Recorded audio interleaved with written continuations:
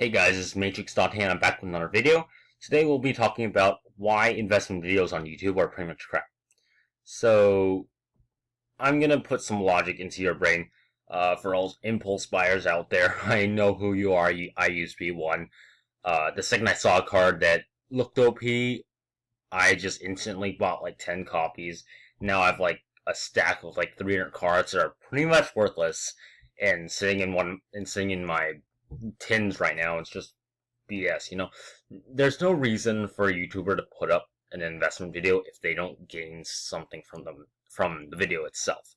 So via that logic, they must have at least multiple copies of the card in question before they're actually even going to put up a video.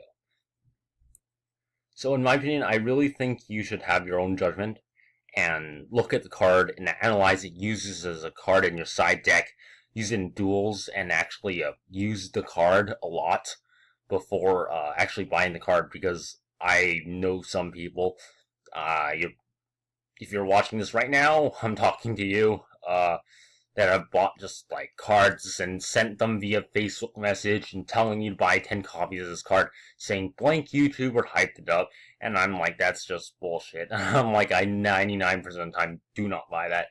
I know a person like that, and you know who you are. For example, I think a couple months ago, on some forums and then on Discord, people hyping up this card called Power Filter. At first, you think it's a really good card. It's a floodgate. It's a continuous spell that neither player can summon monsters with 1,000 or less attack. So if you've had a life on Yu-Gi-Oh! Pro yet, if you've played like a couple duels, you'll notice that Zodiac Beasts are coming out in raids, and they're a considerably powerful archetype, considering that they can get out like an Xyz monster, like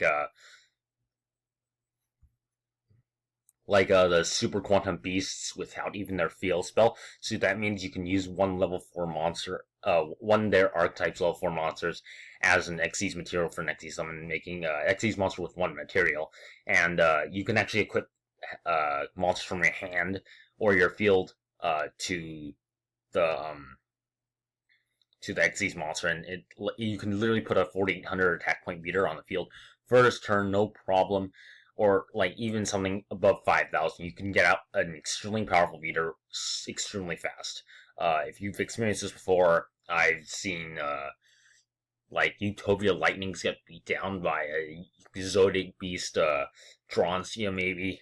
And Dronsia is actually a really good reactive card. Either player's turn, you can detach one to just pop any one card on the field. It's a considerably strong card and really good reactive too. So to counteract this, people thought of using this card, Power Filter. It's a continuous spell. Neither player can special summon with monsters with 1,000 or less attack. First, you think it's really OP because all Zodiac Beast monsters originally have 0 attack, and they only gain attack based on the attack of the monsters they have as Xyz material. So when they're summoned on field, they have 0 attack. But you have to realize that and actually a lot of the when they're summoned on field, they automatically gain the attack that their Xyz materials have.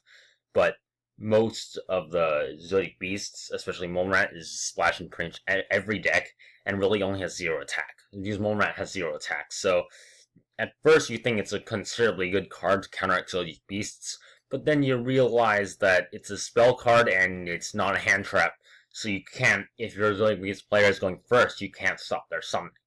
So that's like, it's considerably worse card than if you think about it that way, than if you think about it as this extremely OP card that it just blocks Zodiac Beasts.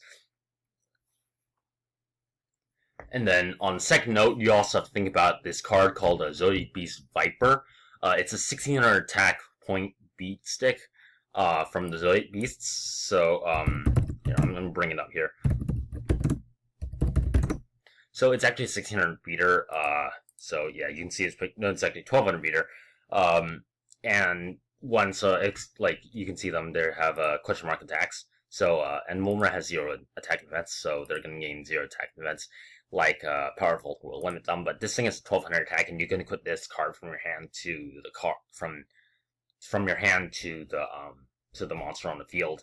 So you can if you get this in your hand, and Zoe Beasts play 3 of this. So if they get this thing on the field, your power filter is pretty much useless, and you've pretty much a dead card on your field. And that's just a -1. It doesn't act as a floodgate like it's supposed to.